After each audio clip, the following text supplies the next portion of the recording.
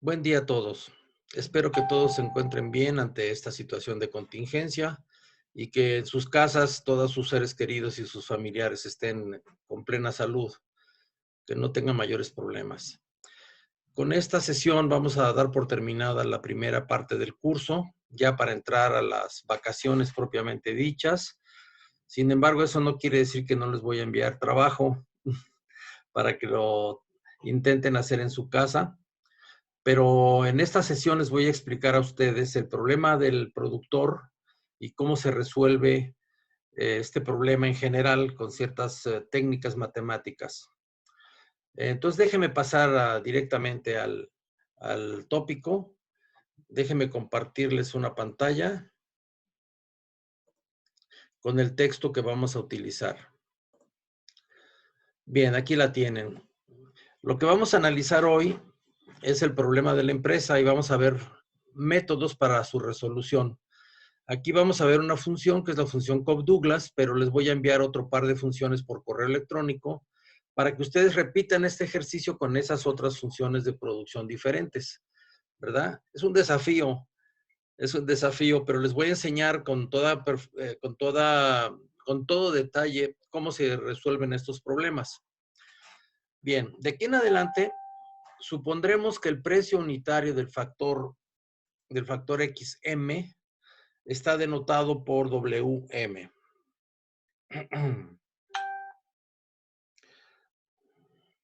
Un momentito, por favor, porque el teléfono me está está haciendo ruido. Listo. Sí, decía entonces, el precio unitario del factor XM, o sea, un insumo, ¿verdad? Está denotado por WM. El precio unitario del producto, que es Y, que es obviamente la imagen de la función bajo X, f de X, el precio unitario es P minúscula. Estamos aquí.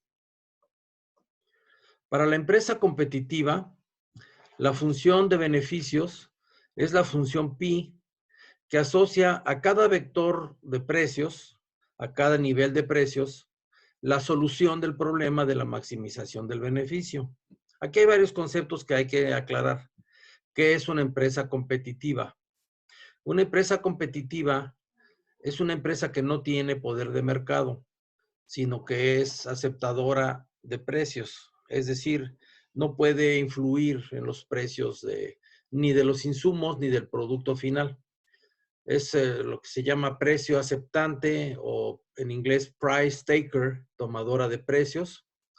Y entonces simplemente tiene que leer cuáles son los precios y tomar decisiones en función de ello.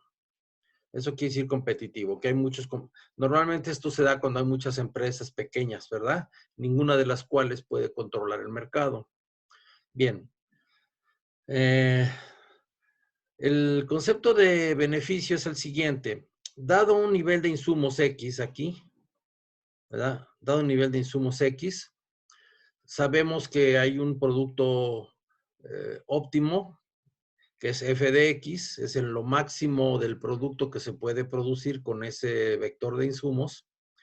Y entonces su precio en el mercado, dado que es P el precio unitario, pues va a ser P por F de X. ¿Estamos de acuerdo? P por F de X es el precio en el mercado del producto del proceso de producción cuyo vector de insumos es X. Bien. Pero para producir este producto F de X se requieren los insumos que hay que pagar, hay que comprar. Y esto viene dado por esta sumatoria. Multiplicas el precio unitario del insumo por la cantidad del insumo utilizado y eso te da el valor monetario de ese insumo en particular. Si haces esto para cada uno de los insumos y luego sumas, obtienes entonces el costo total de los insumos para producir el producto F de X. ¿De acuerdo? Por lo tanto, el beneficio es la diferencia, es decir, el valor del precio, del valor del producto en el mercado menos los costos para producirlo. Si es mayor que cero, entonces el beneficio es positivo. Si es igual a 0, opera la empresa sin beneficios, pero por lo menos saca los gastos. Y si es negativo, como actualmente le pasa a Pemex, pues la empresa está perdiendo dinero. Obviamente aquí conviene hacer la acotación de que una empresa que no tiene perspectiva de tener un beneficio positivo en un plazo razonable, pues tiene que cerrar, ¿no? Tiene que declararse en quiebra y cerrar. Y esa es mi posición en este momento. Sostengo que Pemex debe de declararse en quiebra y no ya dejar ya de producir petróleo porque le sale más caro producirlo que no producirlo. Es decir, Pemex debe entrar por lo menos en la inacción, ¿verdad? Sería quizá lo más razonable es entrar en la inacción. Bien. La función de costos asociada es una función H que asocia a cada nivel de precios unitarios de insumos y a cada nivel de producto la solución del problema de la minimización de los costos, que este es un problema dual del otro, ¿sí? Aquí se trata de escoger el vector de precios, el vector de insumos que minimice los costos sujeto a alcanzar un cierto nivel de producto. Por ejemplo, tú te puedes proponer alcanzar la producción de 100 automóviles en una fábrica de automóviles. Y entonces la pregunta es, ¿cuál es la manera más barata de producir esos 100 automóviles? Y ese es el problema de la minimización de los costos. La idea es encontrar el vector de insumos que garantizan que tus costos son inferiores, son mínimos, ¿verdad? Y bueno, esto obviamente es racionalidad económica. Aquí la restricción es alcanzar un cierto nivel de producción. Bien. Es así que se ve que hay en relación con un productor una serie de magnitudes interrelacionadas que es menester determinar. El punto de partida es la postulación de una función de producción para el agente. Vamos a restringirnos aquí para simplificar las matemáticas porque no necesitamos complicarnos la vida innecesariamente. El caso en que hay dos insumos nada más, M es igual a 2. Y a partir de ello hay que obtener las siguientes magnitudes. Primero, la función mu de elección de insumos, la cual asigna a cada sistema de precios de insumos y nivel de producción deseado la elección de insumos óptimos que minimizan los costos de alcanzar el nivel de producción Y bajo ese sistema. Esta función se obtiene resolviendo el problema de la minimización del costo, ¿vale? Segunda, la función de costo misma, la cual asigna a cada nivel de precios de insumos y de producto el costo mínimo de producción de esa cantidad de producto, de Y unidades del bien, ¿sale? Que es precisamente, multiplicamos el costo unitario del primer insumo por la cantidad la cantidad óptima del primer insumo, más el costo unitario del segundo insumo por la cantidad óptima del segundo insumo. 3. La función de elección de la cantidad óptima, la llamamos psi, así como en psicología, es una función de los niveles de precios. Esta va a asignar al sistema de precios, o mejor, sí, al perfil de precios PW1, W2, la solución Y copita, así la designamos, del problema de la maximización de beneficio, ¿verdad? La función de beneficio, ya la vimos anteriormente, ¿verdad? Asocia a cada nivel de precios la ganancia óptima si el precio del producto es P y los de los insumos son W1, W2 respectivamente. Bien, ahora, a manera de ilustración, vamos a obtener estas funciones para el caso de la función de producción Cobb-Douglas. Y les voy a enviar por correo el caso de dos funciones más, la de Leontief y la de CES. Esas se las envío. Y lo que yo voy a hacer aquí con la Cobb-Douglas, ustedes lo tienen que hacer para las otras dos, para que se entretengan y no estén aburridos ahí en el confinamiento de sus casas, ¿verdad? ¿Ok? y ya esperemos que regresando de vacaciones podamos seguir ya con otros temas. ¿Sale? Entonces déjenme explicarles cómo se resuelve el problema, en este caso con la función de producción Cobb-Douglas. Bien, para determinar la función de decisión productiva, resolvemos el problema de la minimización de los costos. Es decir, minimizamos sobre el conjunto de los insumos, ¿verdad? De los vectores de insumos, el costo del uso de los mismos, sujeto a alcanzar un cierto nivel de producción.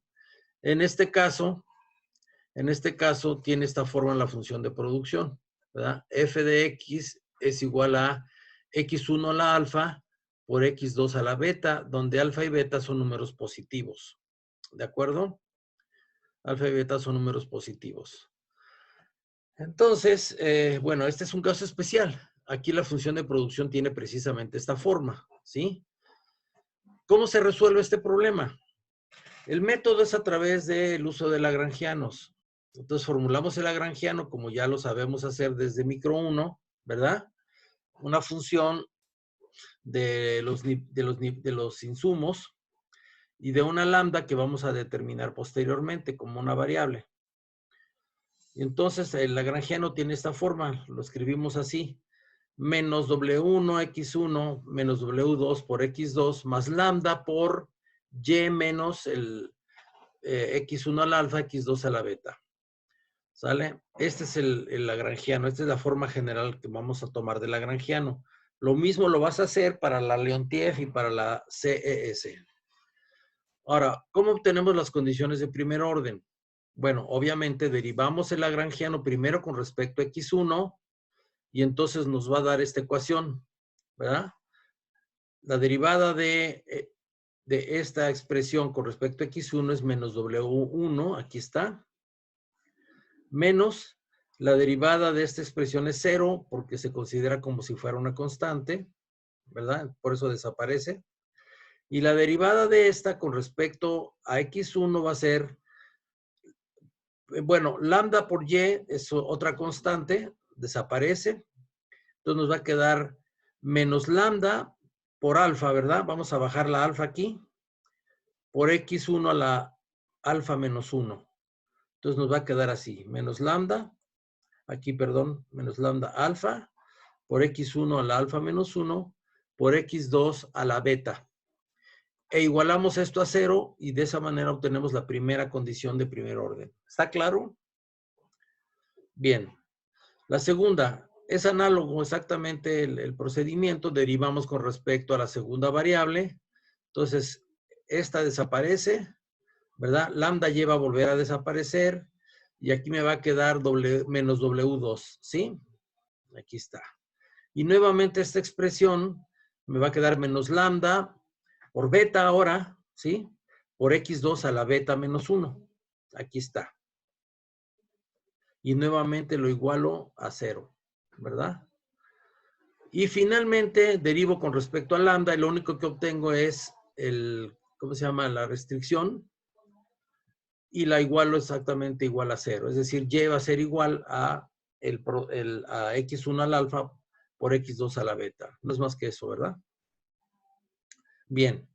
Ahora hay que hacer dos despejes distintos de la misma variable. Usando la primera condición, tú vas a despejar la lambda, ¿sí?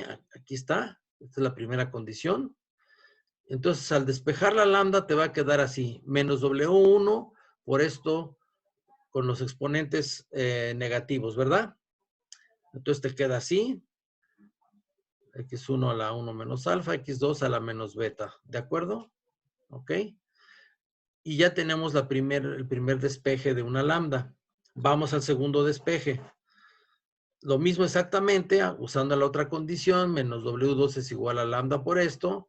Entonces, lambda es igual a menos W2 por esto con los exponentes volteados, ¿no? Negativos. Aquí están, ¿verdad? Beta a la menos 1, X1 a la menos alfa, X2 a la 1 menos beta, ¿de acuerdo? Está bien fácil. ¿Cuál es el problema? ¿Vale? Ya está. Entonces, como lambda es igual a esto y también a esto, entonces esta expresión tiene que ser igual precisamente a esta expresión. ¿De acuerdo? Entonces, usando lambda como puente, los enlazamos en una identidad. Esto idéntico a esto, aquí está. Y entonces empezamos a simplificar, ¿verdad? Ahí se van a desaparecer varios términos, haciendo la algebrita que ya sabemos hacer sin mayor problema. Separamos variables, ¿verdad?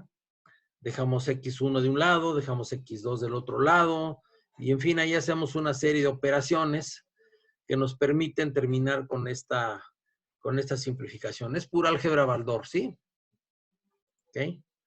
Entonces llegamos a esta preciosa y simplificada expresión, y entonces podemos hacer el primer despeje de las variables de insumos.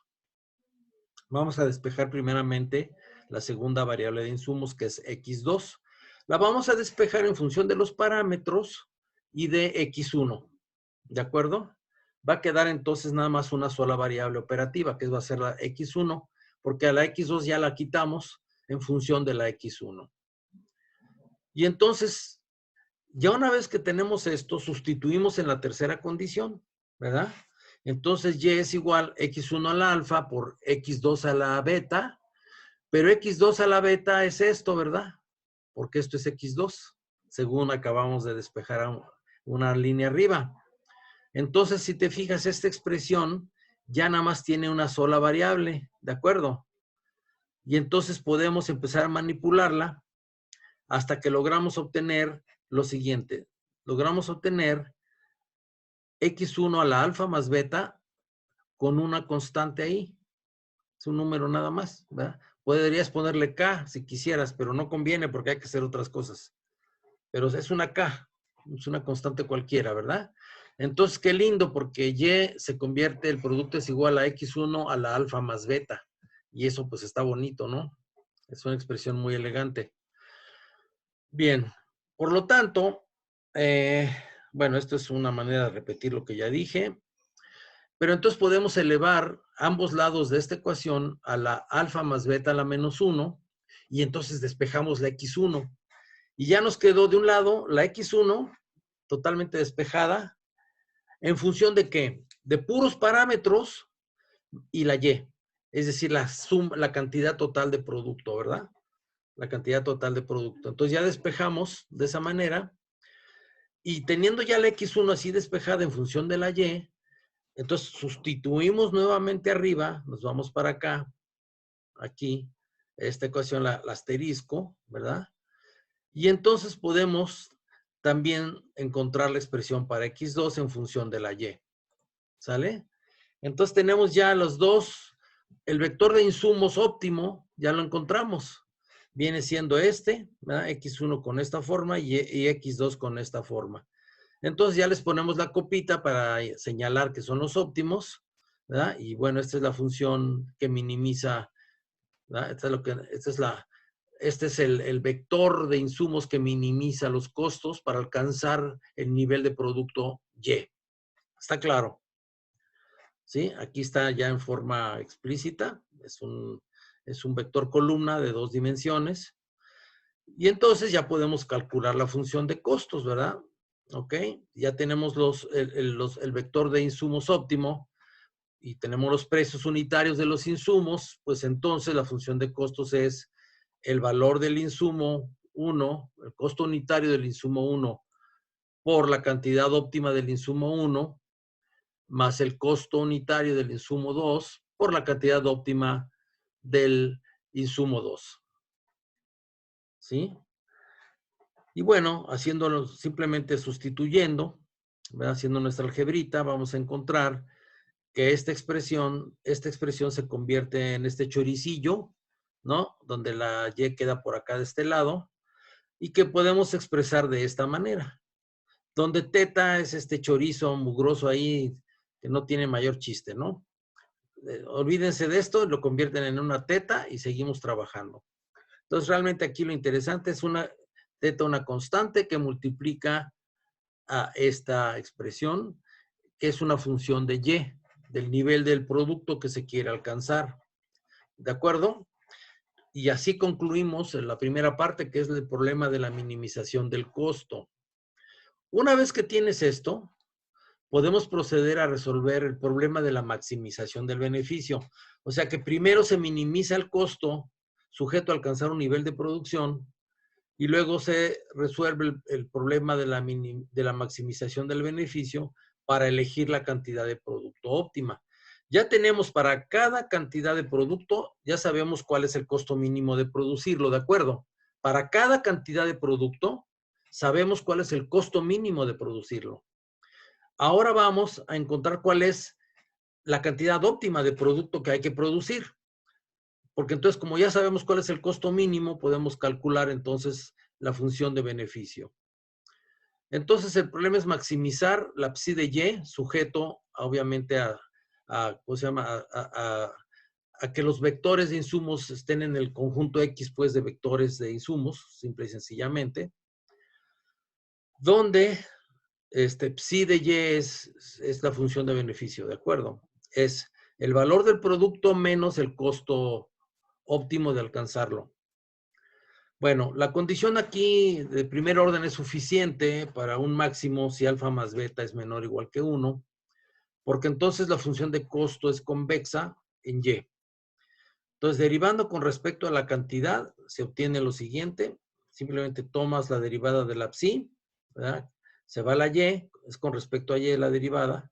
Se va a la y, te queda p, y derivas esta, que es, por acá la tenemos, ¿verdad? Aquí está. Esta, ¿verdad? Esta es la que hay que derivar con respecto a y. Y no te da más que esto, ¿sí? ¿De acuerdo? Porque finalmente esto no es más que una constante. Entonces realmente la derivada tiene que ser sobre esta. Bajas el exponente y etcétera, ¿no? Y le restas 1 al exponente y lo igualas a 0. Luego despejas el precio en función de estos parámetros y de la y despejas el precio y entonces encuentras cuál es la cantidad óptima, cuál es la cantidad óptima de producto que hay que conseguir. Hay que ir despejando la y en función de todos los demás factores, ¿sí? La P ya la pusimos en función de la y, ¿ok? Y entonces hacemos una algebrita sobre esta expresión así medio macabra para simplificarla nada más, ¿no? Puedes checar que nos va a dar precisamente esto, ¿sale? Y entonces la y óptima no es más que este resultado que está aquí, ¿verdad? Despejando aquí precisamente, despejando esto, a lo que llegamos es a que y es precisamente, esta es la óptima, ¿verdad? Y si te fijas, está expresada en función de los precios, tanto de los insumos como del producto, y ya está, es una expresión algebraica, pues así medio larga, pero no es así la gran cosa, no es muy difícil de leerla, ¿no? Es un poco difícil de leerla así, pero se entiende, ¿no? Eso es todo. Entonces, la y copita ya es la cantidad óptima que hay que producir, ¿de acuerdo? Y bueno, en este caso, si alfa más beta es menor que 1, la condición de primer orden nos da un único nivel de producción óptimo. En este caso, la demanda de los factores se encuentra por sustitución. Entonces ya puedes otra vez usando la y óptima, sustituyes nuevamente acá arriba en las X, ¿verdad? En las X óptimas, acá, aquí sustituyes en este vector y vas a obtener precisamente ¿cómo se llama? La demanda de los factores, ¿no? Es decir, vas a demandar exactamente esto, pero esta expresión te está diciendo cuál es el insumo X1 óptimo en función de Y, es decir, de la cantidad del producto óptima, ¿de acuerdo? Y lo mismo haces para X1, para X2 copita. Aquí está la expresión en términos de Y, ¿verdad? De la cantidad óptima de producto, obtienes el nivel de insumo 2 que requieres para producirlo. Entonces, finalmente, sustituyendo la Y, acá, como la teníamos en esta expresión aquí, ¿verdad? En términos de la P y de los, es decir, meramente de los precios, tanto de los factores como del producto, te va a quedar una expresión en función puramente de estos precios, ¿verdad? En función puramente de los precios. Ok, aquí está. Entonces tienes aquí ya los X1 en función de los precios y de la cantidad de producto, ¿verdad? ¿Dónde está la Y? Debe estar por ahí. De hecho, ya en función, del precio, ¿verdad? Aquí, de los precios nada más. Queda en función de los precios, ¿de acuerdo? Tanto X1 como X2. Y entonces ya puedes finalmente calcular la función de costo explícitamente, que viene siendo esta, ¿ok?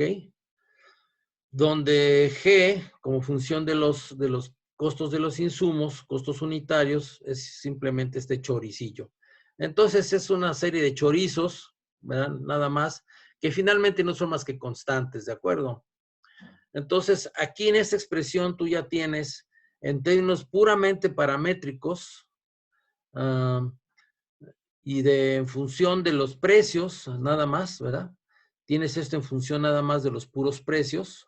A ver, está W1, W2, de los puros costos, ¿verdad? Y aquí también aparece implícitamente del precio del producto. Entonces, esta expresión es una función de los costos, ¿de acuerdo? Y de la cantidad del producto que vas a producir y del precio del producto en el mercado. Así que finalmente incluso puedes calcular el precio de producción y cualquier no negativo Y es una solución del PMB, pero genera cero beneficios. Eso es lo malo de esta función, ¿no? Ok. Bueno, generalmente los óptimos, pero los beneficios van a ser cero, ¿no? Bueno, entonces tienes este es el precio de producción ya finalmente. Y cualquier nivel no negativo es una solución del PMB, pero genera cero beneficios. Si alfa más beta es mayor que 1, tenemos retornos constantes a escala. Vamos a restringirnos a alfa más beta menor que 1, ¿no? Y ya nos quedamos aquí, ¿ok? En los otros casos no nos interesan. De hecho, beta puede ser igual a 1 menos alfa. ¿eh? Si gustan simplificarlo así, beta igual a 1 menos alfa, adelante, no hay problema. O ya al final lo pone nada más, ¿no? Beta igual a 1 menos alfa. Entonces aquí se nos convertiría en 1 menos alfa más alfa sería 1, que diría y a la menos, y a la menos 1 quedaría, más simplificado, ¿vale? Entonces tomémoslo así, alfa más beta, beta es igual a 1 menos alfa y así resolvemos el problema. Yo lo resolví en el caso más general, pero tú lo puedes resolver donde beta es igual a 1 menos alfa, ¿de acuerdo? Ya quedamos en eso, beta igual a 1 menos alfa en la Cobb-Douglas. ¿Sale? Bueno, pues yo espero que con esto demos un salto, un brinco importante en este curso. De ninguna manera vamos a perder el semestre, ni vamos a dejar de avanzar en nuestro conocimiento. Es una talacha a veces un poco farragosa, pero bueno, es parte de la disciplina que un economista debe de tener, ¿sí? Entonces, te mando por correo electrónico las otras dos funciones. Practica primero con esta. Trata de resolverla de memoria, sin ver. Resuelve viéndola todas las veces que quieras hasta que te la domines. Y después ya puedes practicar sin ver. Y ya cuando tengas dominada la COP, te vas a la otra, te vas a la función de Leontief. Y luego te vas a la CES, que te voy a mandar por correo electrónico. Estamos. Cualquier duda, pregunta, me la mandas por correo electrónico al buzón, ¿sale? Y ten mucho cuidado, mucha disciplina, no andes ahí chacoteando ni quédate encerrado, porque sí se viene una ola dura de infecciones, ¿no? Mucho cuidado. Bueno, pues que estés muy bien con tu familia y ponte a trabajar, no son vacaciones, ¿eh? Al menos hasta el lunes, ¿no? Ok. Bueno, pues de esta manera me despido. Y que se la pasen muy, muy bien, ¿de acuerdo?